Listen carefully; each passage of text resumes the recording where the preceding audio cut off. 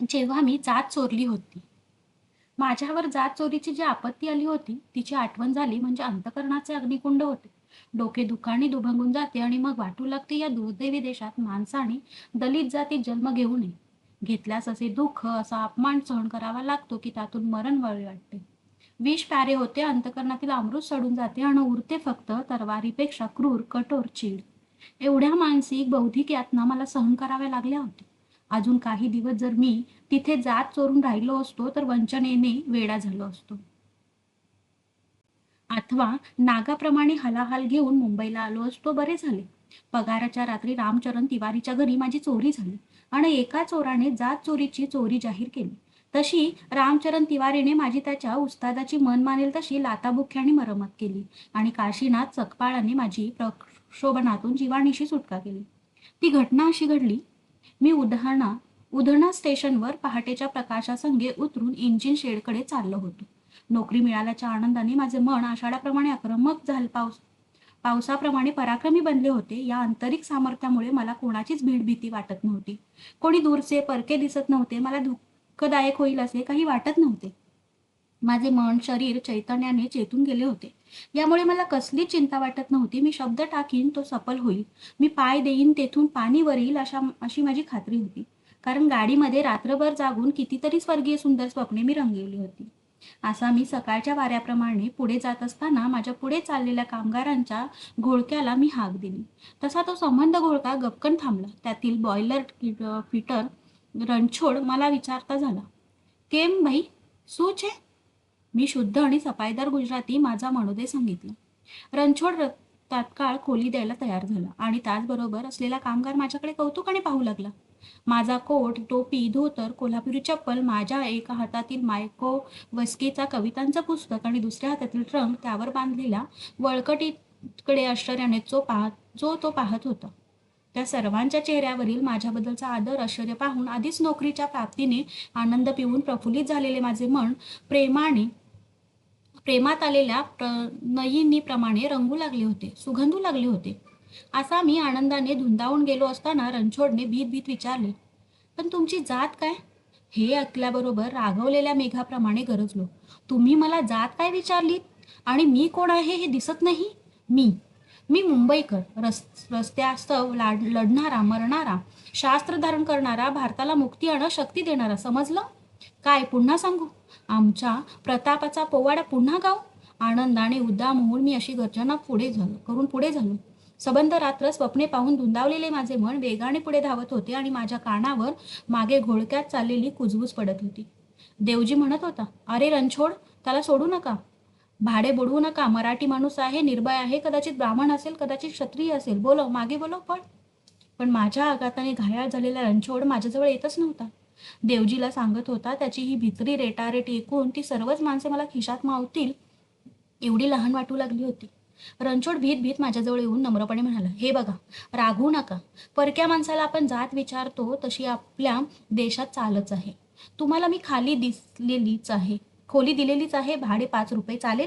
रणछोडला पुढे बोलू न देता देवजी मला म्हणाला, बाई, जाती संगती माती खावी, पण पर जाती संगती हत्तीवरून फिरू नये. आणि तुमच्यासारखा माणूस धेडा दुबळ्याकडे जाऊन राहणार नाही. चोराच्या घरात शिरून सर्वस्व बुडवणार नाही. असे माझ्यासमोर नव्या भारताच्या नव्या नागरिकासमोर बोलायचं नाही. आपण सर्वच देशाचे शिल्पकार. धेड दुबळा ब्राह्मण कोणी नाही. चुकलं आमचं. हो, चुकलंच. म्हणून आपला भांडार भरून आले असलेला भारत भिकारी झाला. समजलं? पण खोलीचं काय? येणार ना तुम्ही? रणछोड लाचार होऊन विनवू लागला होता. विचार करून सांगतो. विचार कसला करायचा? माझी खोली छान आहे. जवळच पाण्याने भरलेली गोड बावडी आहे. घर आंबराईचे आहे. नाना रंगाची पाखरं तिथे रोज येतात, गाणी गातात. मग ठरलं ना? रणछोडच्या लाचारीवर, वर्णनावर खुश होऊन मी उदार होऊन होकार दिला. तसा तो आनंदित होऊन आग्रह करू लागला, चला चहा प्यायला. तुम्ही चला, मी येतो. आणि तो लागलीच आपल्या संगती सर्व माणसे घेऊन झटक्यात पुढे झाला.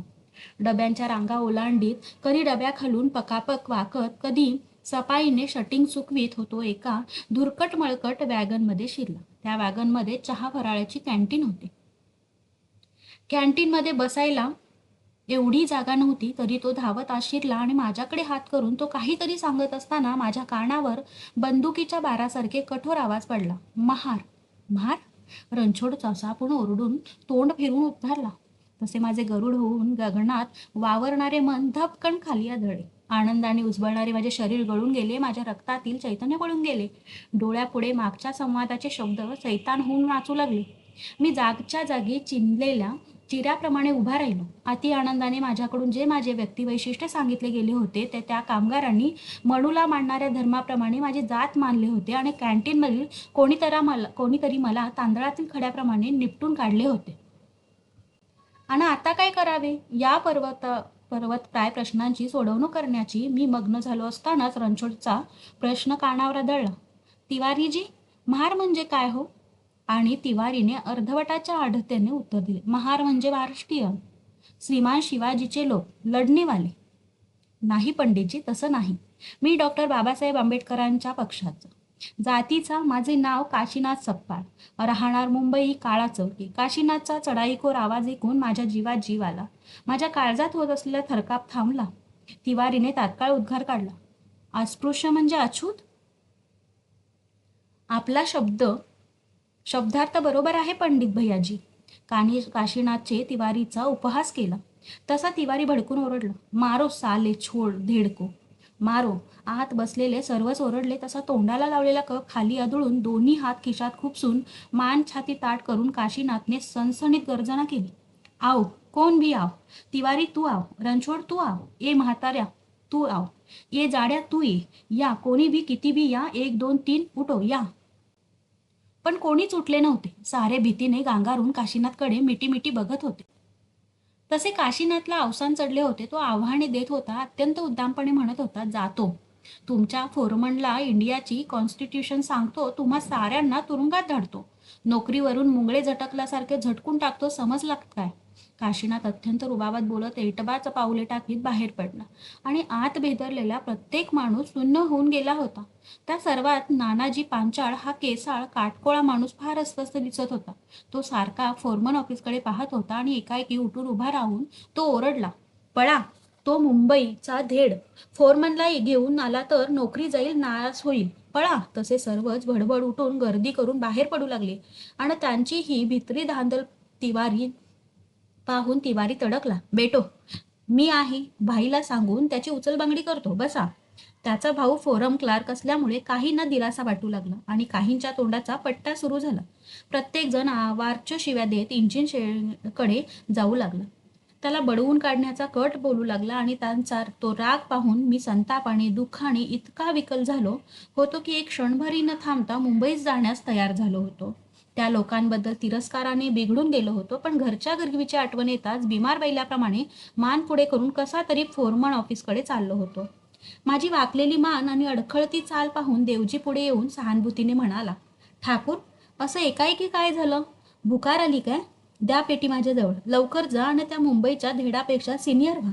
साला भूतासारखा भयंकर आहे. जा. तोवर मी पेटी सांभाळतो. इथं चोर फार आहेत आणि ते चोर धेड दुबळे आहेत. नको. जात चोरीच्या भीतीमुळे आणि त्याची तीव्र जातीय भावना पाहून मी त्याच्या सहानुभूतीची एवढीही कदर न करता पुढे झालो. पावलोपावली माझी मलाच भीती वाटत होती. अगदी फाशीच्या तख्ताकडे चाललेल्या कैद्यासारखी माझी मनस्थिती झाली होती. कसा तरी मी फोरमन ऑफिसच्या जिन्याजवळ होतो. अत्यंत चिंतेने देहभान विसरून उभा होतो आणि इतक्यात विजेच्या वेगाने कडाडत काशीनाथ जिन्यावरून धावत आला. त्याचा आवेग पाहून मला धक्का बसला. तो खाली येताच मी त्याचा दंड धरून म्हणालो. थांबा, मला सांगा. तुफान झालेला काशीनाथ झटक्याने दंड सोडवून दूर झाला. खिशातील चाकू भरकन काढून म्हणाला. हट जाव, खलास करीन. आहो काय? तुमच्यावर बितले ते मला ऐकायचे होते. मी मुंबईचा, तुमच्याच रणछोड जवळ येत असल्याचे कळताच मी जातीचा हा शब्द गिळून टाकला. तसा तो बडबडून येऊन शिवीगाळ करीत घडलेला वृत्तांत सांगून वारधुळीसारखा वेगात निघून गेला. त्याच्या आकांताने झालेल्या अपमानाने मी रागाने बेभान होऊन गेलो. नोकरी सोडण्याच्या हेतूने पायऱ्या चढू लागलो आणि गळ्यात फास ओढून घेणाऱ्या शाहिदासारखा फोरमन क्लार्क माताप्रसाद तिवारीच्या टेबलाजवळ जाऊन उभा राहिला. माताप्रसाद जवळ एक स्टुलावर रामचरण तिवारी बसला होता. दोघेही भावांचा चेहरा संतापाने लाल झाला होता. डोळ्यात हिंस्रपणा आला होता. त्यांचा हा क्षोभ पाहून मीही मरणास मिठी मारण्यास तयार झालो होतो, युद्धास तयार झालो होतो. काय रे, त्या आवारा अच्युताबरोबर काय बोलत होतास? आणि त्याच्या चढेलपणाचे तुकडे करण्यासाठी मी म्हणालो, अच्युत कोण? अग्नीही अच्युत आहे, सूर्यही अच्युत आहे, मृत्यू देखील, पंचमहाभूत देखील अच्युत आहे. म्हणजे काय? का तुम्ही मुंबईचा? नोकरी सांभाळावयाची नसल्यामुळे मी वारीच्या तडपापणाने तड तापडपणाने म्हणालो, मी मुंबईचा, क्रांतीचे विद्यापीठ असलेल्या नगरीचा नागरिक आहे. म्हणून मातीमोल केलेल्या दिव्य देशाला मुंबईच्या माणसांनी मुक्ती मिळवून दिली. त्या नगरीचा मी क्षमशूर नागरिक आहे. माझे हात भारताच्या प्रगतीचे रथ आहेत. मी संस्कृत प्रचूर हिंदीतून उत्तर दिले. क्या? त्याने भांबावून विचारले. रामचरणचे डोळे आश्चर्याने भरू लागले होते. त्याने प्रश्न विचारताच मी ते वाक्य पुन्हा उच्चारले. त्या धेडाचे ऐकून मला मुंबईची हुशारी दाखवू नको. मी माता प्रसाद आहे. मी त्याला रक्तबंबाळ करून नोकरी घालवण्याचे निश्चित केले होते. म्हणून म्हणालो, मी नव्या सार्वत्रिक सुखाचा शिल्पकार, मानवतेसाठी लढणारा मरणारा झुंजार. मला नाव आहे, मुंबई हे माझे गाव आहे. बडबडू नको, तो संतापाने ओरडला. मी बडबडत नाही, नव्या भारताचे मंत्र सांगतो आहे. नव्या भाषेने नव्या भारतीयांचा परिचय देत आहे. चूप, सरळ बोल. नाही तर? सरळ बोललो आहे. मी श्रमशूर नागरिक आहे, श्रमशूर नागरिक आहे. मनूच्या मागास देशाला दिव्यभर करणारा, दिव्य भव्य करणारा. आपण कवी आहात? रामचरणचा चेहरा आनंदाने फुलला होता. तो माझ्याकडे कौतुकाने पाहत होता. त्याच्या या भावना प्रधानतेची अवहेलना माझ्याकडून होणं शक्यच नव्हते. मी त्याला नम्रपणे उत्तर दिले, होय तिवारीजी. वाह वाह. रामचरण चटकन उठला आणि माझा हात हातात घेण्यासाठी त्याने दोन्ही हात पुढे केले. तसा दांभिक माताप्रसाद ओरडला, रामचरण. रामचरण नाराज होऊन खाली बसला आणि माता प्रसादने अत्यंत तुच्छतेने मला प्रश्न केला, नाव काय? त्याने दौतीमध्ये टाक बुडवताच मला नोकरीबद्दल लोभ निर्माण झाला. घरच्या गरिबीची आठवण येऊन मी केलेल्या उद्धटपणाबद्दल मला मनसही वाईट वाटले आणि केवळ नोकरी मिळवण्यासाठी मी अत्यंत नम्र होऊन माझं नाव सांगितलं. त्याने माझे नाव टिपताच त्याची अवहेलना केल्याबद्दल मला वाईट वाटले. मी म्हणालो, मला क्षमा करा. तसा तो मनातून खुश झाला आणि मोठेपणाचा आव आणून म्हणाला, तू हिंदी आम्हा लोकांसारखी बोलतोस, अगदी ब्राह्मणांसारखी.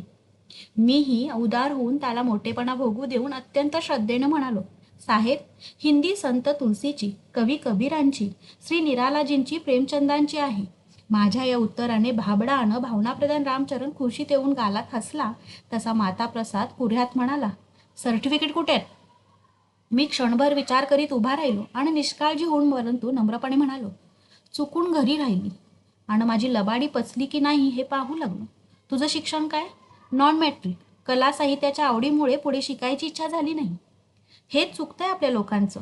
म्हणूनच हे धेड चमार भराभर पुढे जातात. मोठमोठे अधिकारी मिनिस्टर होतात. रेल्वे तर त्यांना एवढ्या फॅसिलिटीज आहेत की उद्या तो धेड काशीनाथ ठरविल तर क्लार्क होईल.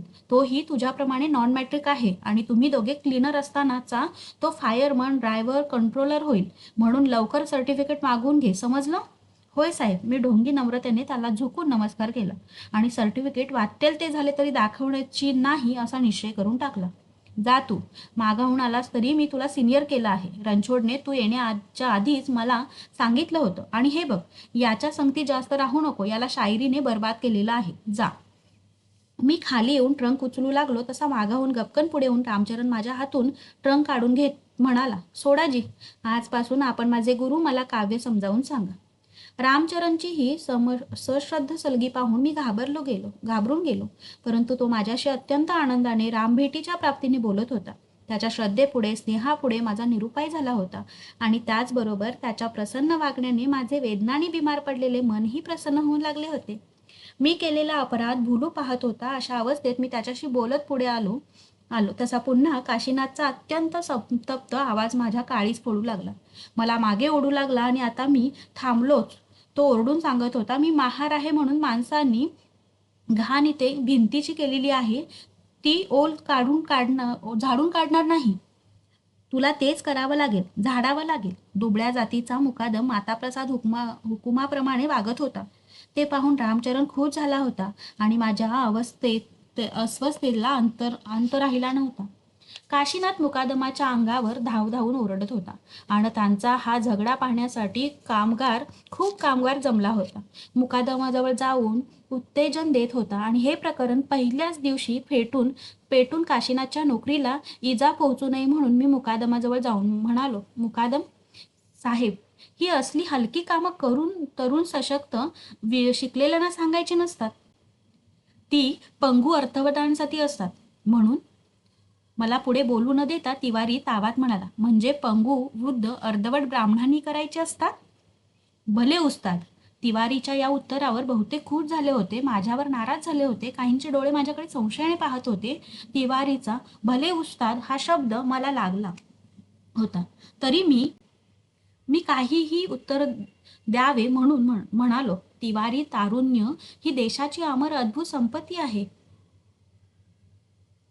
ती पंचमहाभूताप्रमाणेच प्रचंड सहावी शक्ती आहे. आपल्या दुर्दैवी देशाशिवाय तारुण्याचा तसा अपमान कोणी करत नाही, म्हणून या देशाच्या काही दिशांत दुःखाशिवाय दुसरं काही दिसत नाही.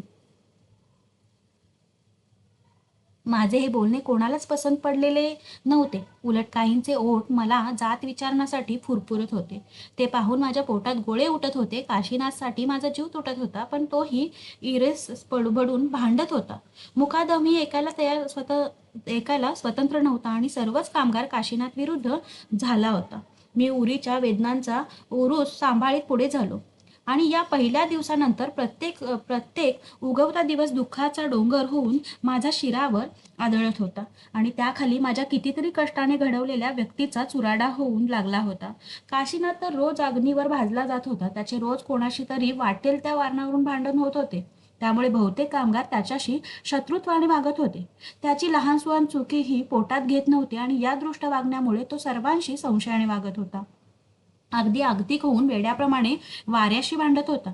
नेहमी खिशात चाकू ठेवीत होता. त्याची आगतिक उग्रता मला कळत होती आणि म्हणून जाळीत होती. या परक्या मुलखात त्या गरीब आईबापाच्या अत्यंत अभिमानी तापट तरुणाच्या जीवनाची नासाडी होऊ नये म्हणून मी त्याला सांभाळीत होतो. चोरून गाठीभेटी घेऊन समजावीत होतो, शांत ठेवीत होतो. रागाने आंधळे होऊन त्याने कोणाला भोसकू नये म्हणून अगदी काळजी घेत होतो आणि माझी ही सहानुभूती लोकांच्या डोळ्यात खुपू नये म्हणून अत्यंत सावध राहत होतो. या सावधपणामुळे स्वतःला दुर्बळ, भ्याड, मूर्ख ठरवून दृष्टपणाने निंदित होतो आणि त्याचबरोबर मी स्वतःला प्रत्येकाशी खुनी माणसाच्या सावधपणाने वागत होतो. वारेमाप बोलणारा मी प्रत्येक शब्द तोलून मालून उच्चारित होतो. भित्र्या सशाप्रमाणे लोक पाहून दडण्याचा प्रयत्न करत होतो. मुंबईत गर्दीच्या गंगेत डुबणारा, माणसात फुलपाखराप्रमाणे गुंग होऊन जाणारा मी जात चोरीचे रहस्य उघडे होईल म्हणून एकांताच्या क्रूर काळोखात शिरत होतो आणि तिथे जाऊन स्वतःला निंदित रडत होतो. अगदी मला आपल्या प्राण मानणाऱ्या रामचरणला दूर ठेवीत होतो आणि या माझ्या वागण्याने तो जखमी होत होता तरी मला सोडित नव्हता. प्रत्येक दिवशी 10 वेळा माझ्याकडे येत होता. प्रत्येक रविवारी मला जेवायचे मनपूर्वक आमंत्रण देत होता. रडकुंडी सेईपर्यंत आग्रह करीत होता आणि मी अगदी दानवी दगडीपणाने ते नाकारित होतो. तसा तो भडकून भावाला शिव्याशाप देत होता आणि त्याची ही श्रद्धा, स्नेह पाहून माझ्या घरी अंतरी भडका उडत होता. असा अनंत प्रकारचा तोंड दाबून भुक्यांचा मार सहन करीत मी दिवस डगलीत असता पगार जवळ आला. नोकरी सोडून देण्याचा अंतस्थ इराद्याने मी रजेचा अर्ज लिहिला. सर्टिफिकेट्स आणण्याचे कारण लिहिल्यामुळे तो माताप्रसादने तात्काळ मंजूर केला. हे कसे तरी रामचरणला कळले आणि तो माझ्या मागे दिनयाचकाप्रमाणे प्रार्थना करू लागला. पगाराच्या दिवशी माझ्या घरी जेवायला या. त्याच्या आग्रहाला बळी पडून मी होकार दिला. पगार झाला. नोकरी सोडावी की सोडू नये हा मरून पडलेला प्रश्न पुन्हा जिवंत होऊन मला माझ्या घरचे दुःख दैन्य दाखवू लागला. नोकरीची जरुरी पटवू लागला. तसतसा मी अस्वस्थ होऊन गेलो. स्वतःच्या चुकीवर आतल्या आत रडू लागलो आणि निश्चित निर्णय घेण्यासाठी खोलीच्या अंधारात बसून विचार करण्यात मग्न झालो. सिगरेटी मागून सिगरेट ओढत होतो, पण जात जाहीर झाल्यानंतरचे अपमानकारक जीने जगायला माझी तयारी होईना आणि नोकरी सोडण्यासही मन तयार होईना. असा मी चिंताक्रांत झालो असतानाच काशीनाथचा आवाज माझ्या कानावर पडला. मास्तर, या काशीनाथ, आत या. जातीभेदाच्या रानटी रूढीने रक्तबंबाळ केलेला काशीनाथ मी आग्रह करीत असतानाही त्याच्या बांधवाच्या खोलीत येत नव्हता. बाहेरच उभा होता. या हो, मीही तुमच्याच. त्या शौर्यशाली तरुणाचा त्याच्या बांधवापाशी येण्याचा संकोच पाहून मला भडबडून आले होते. सत्यकथा सांगण्यासाठी शब्द माझ्या गळ्यापर्यंत आले होते, पण रणछोडने मला दिलेली धमकी आठवून मी गप्प झालो होतो आणि न परतणारी डोळ्यातली आसवे धोत्राच्या सोग्याने पुशीत होतो. मास्तर, तुम्ही मला प्रत्येक झगड्यातून वाचवण्याचा, सावरण्याचा प्रयत्न केला नसता तर माझ्या हातून या 2 भूतांपैकी हा रणछोड आणि तो कवी रामचरण कोणाचा तरी खून झाला असता. मग माझ्या वृद्ध आईबापांचं, बायकोचं काय झालं असतं हो? मास्तर, माझा स्वभावच भयंकर तापट आहे. माझा वडील मेहुणा फार दृष्ट आहेत. तो माझ्या बहिणीला रोज छळीत असतो, मारीत असतो आणि तिचा छळ मार पाहून मी लहानपणापासूनच इतका भडकून जायचं की मला अन्न गोड लागत नसे. मी मॅट्रिकच्या वर्गात असतानाच त्याच वर्षी तिची छळवणूक वाढली. त्याला वठणीवर आणण्यासाठी मी गुंडांची संगत धरली, वाढवली आणि त्याला झोडून काढला. तो बचला, नाहीतर माझ्या हातून त्याचा खूनच झाला असता आणि त्या वेळेपासून माझी शाळा बुडाली.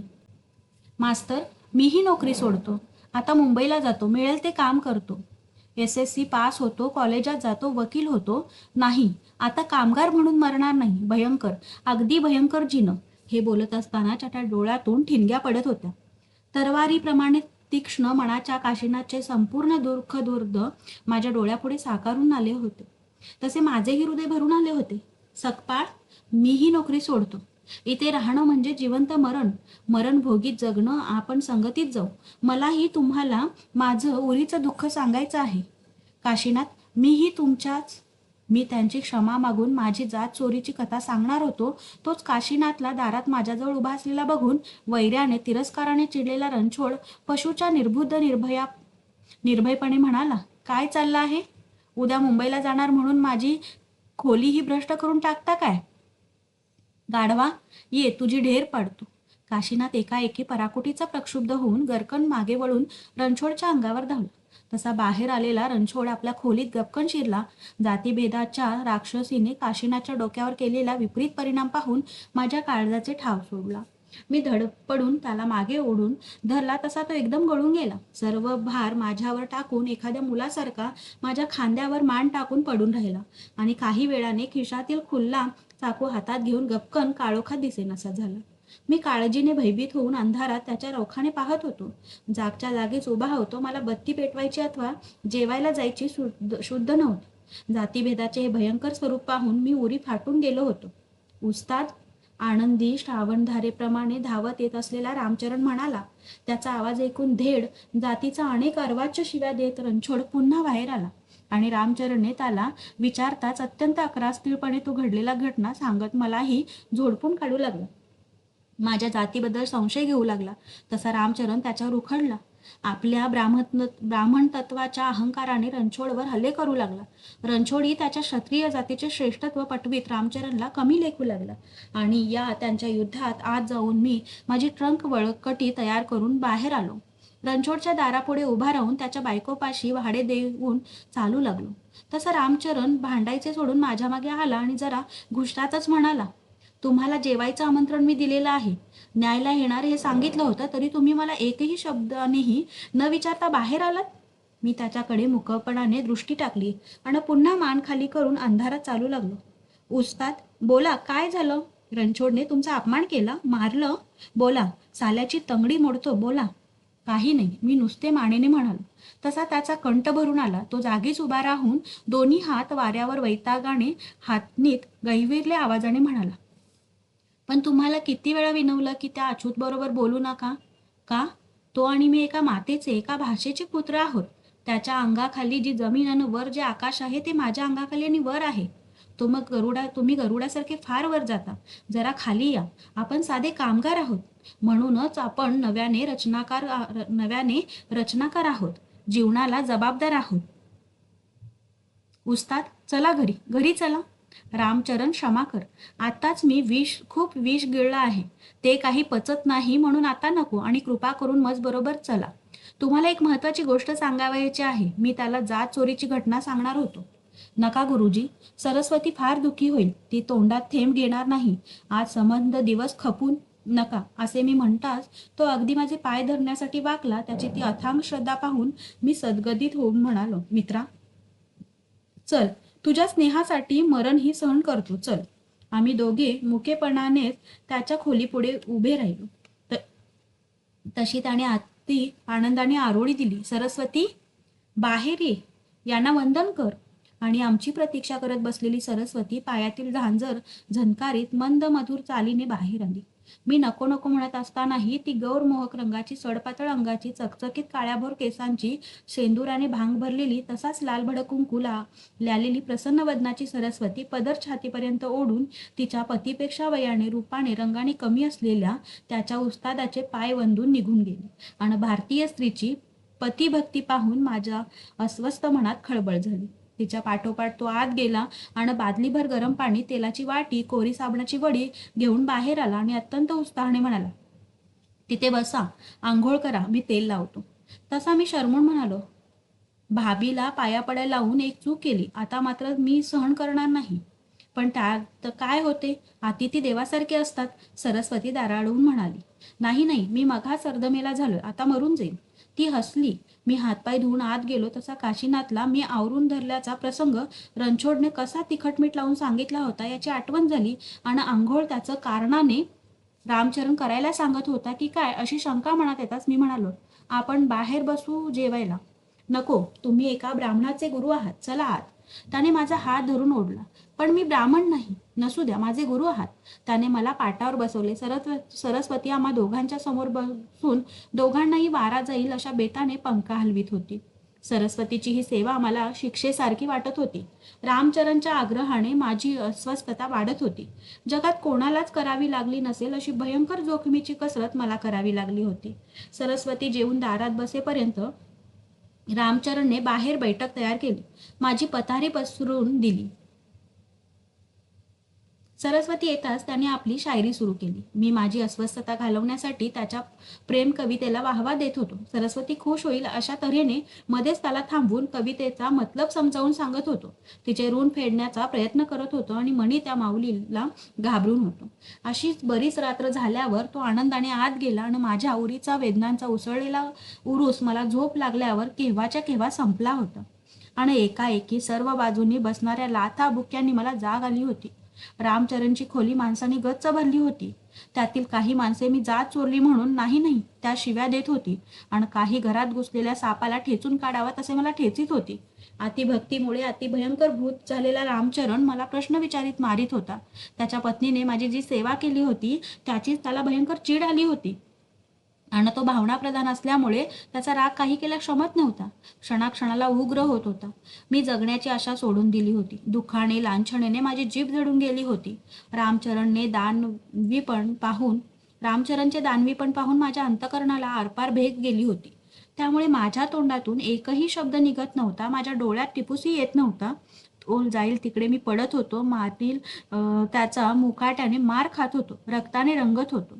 आणि परपुरुषापुढे येण्याची माहिती नसलेली सरस्वती आतून ओरडत होती, त्यांचा काही दोष नाही, ते इकडे येत नव्हते, कितीही आग्रह केला तरी आले नव्हते. त्यांचं सर्वस्व चोरीला गेले, त्यांना सोडा, नाही तर मी त्यांच्या अंगावर पडेल. असे ती बोलत असतानाच एकदम बोंबाबोंब झाली. माणसे भरभर खोलीतून बाहेर पडू लागली. एकमेकांना ओरडत सांगू लागली, ओ मुंबईचा धेड मवाली हातात सुरी घेऊन माणसं मारीत येतोय, पळा. तशी आत आलेली असलेली सरस्वती विजेच्या वेगाने बाहेर येऊन नवऱ्याला एका झडपेत आत घेऊन गेली. दाराला कडी घालून माझ्याजवळ येऊन बसली आणि पदराने माझ्या डोक्याचे तोंडाचे रक्त पुसू लागली. तिचे डोळे कमालीचे सावध होते आणि तिचे कोमल हात मातेच्या मायेने माझ्या जखमांवर फिरत होते, वेदना कमी करत होते. इतक्यात वादळासारखा आत शिरून हातातील चाकू नाचवीत काशीनाथ ओरडला, मास्तर, धन्य तुमची. त्याची शाब्बासकी मला पडलेल्या मारा इतकी जखमा करून गेली. आणि त्याला बघता सरस्वती पटकन उठून दाराला पाठ लावून तिच्या सौभाग्याच्या रक्षणासाठी उभी राहिली. हट जा. हातातील चाकू उगारीत काशीनाथ ओरडला. तशी ती प्रतिकाराच्या पावित्र्यात उभी झाली आणि तिचा त्याच्याकडून अपमान होऊ नये, तिचा चुंडा जखमी होऊ नये म्हणून मी सबंध शरीरात वेदना उठत होत्या तरी उठून उभा राहून म्हणालो, चल काशीनाथ.